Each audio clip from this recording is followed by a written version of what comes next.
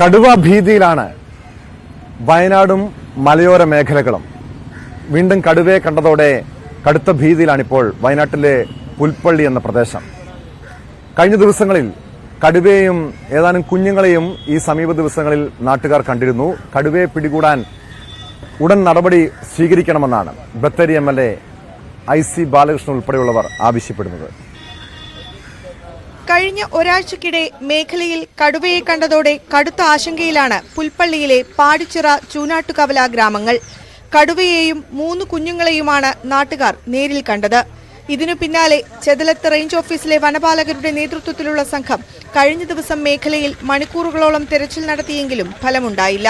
നിയമം അനുസരിച്ച് പോയിട്ടുണ്ടെങ്കിൽ കന്നുകാലിനെ പിടിക്കുന്നവർക്ക് മനുഷ്യരെ പിടിക്കുന്നവരും വരെ നോക്കി നിന്നാൽ ഇവിടെ ജനങ്ങൾ ഇവിടുന്ന് വിട്ടുപോകേണ്ട ഗതിയോടുണ്ടായതുകൊണ്ട് അത്തരത്തിൽ ഉടനെ ഒരു നടപടി ഉണ്ടായില്ലെങ്കിൽ ഞങ്ങളുടെ ജനകീയമായിട്ട് വലിയ പ്രക്ഷോഭത്തിലേക്ക് ഇറങ്ങാനുള്ള തയ്യാറെടുപ്പിലാണ് ഇവിടുത്തെ പ്രദേശവാസികൾ. ഞാൻ പണിക്കായിട്ട് പോകുമ്പോഴാണ് ഇതിനെ കാണുന്നത്. യാദൃശ്യമായിട്ട് ഞാൻ കാണുന്നതാണ്. ഞാൻ പേടിച്ച് പോവുകയും ചെയ്യും. അത് ആ പറമ്പിൽ നിന്ന് ആ പറമ്പിലേക്ക് ക്രോസ് ചെയ്യാറുമാണ് ഞാൻ കണ്ടത്.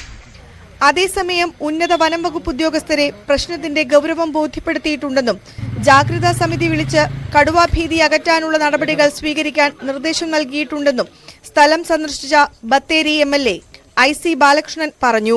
കടുവയുടെ സാന്നിധ്യം 3 ദിവസമായി പ്രകടമായിട്ടുണ്ട്. ഇവിടെ ജനപ്രതിനിധികളും ഫോറസ്റ്റ് ഉദ്യോഗസ്ഥന്മാരും നാട്ടുകാരും എല്ലാവരും ഇവിടെയുണ്ട്.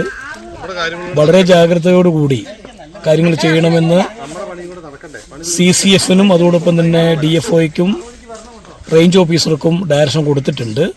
പുൽപ്പള്ളി പഞ്ചായത്ത് പ്രസിഡന്റിന്റെയും ചെതലയം റേഞ്ച് ഓഫീസിന്റെയും നേതൃത്വത്തിൽ പ്രദേശത്ത് ഇന്നലെ ചേർന്ന സർവകക്ഷി യോഗത്തിൽ പ്രദേശത്ത് ക്യാമറകൾ സ്ഥാപിക്കാനും തെരച്ചിൽ തുടരാനും തീരുമാനമായി. അതേസമയം ഭീതി പടർത്തുന്ന കടുവയെ പിടികൂടി ആശങ്ക അകറ്റണമെന്നാണ് നാട്ടുകാരുടെ ആവശ്യം. ന്യൂസ് 18 വയനാട്.